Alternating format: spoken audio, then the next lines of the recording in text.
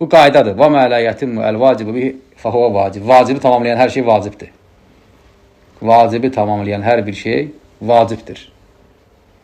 İndi ərəb dilinin birbaşa özünün hökmü barəsində fərz olmasına açıq nas olmasa da, kitab və sünnətdə açıq nas var ki, Quran və sünnəti fəhm etmək hökmü nədir? Allah subhanahu və teala deyir ki, əfələ yətədəbbərunəl Qur'ənə, Quranı tədəbbür etməzlərmi?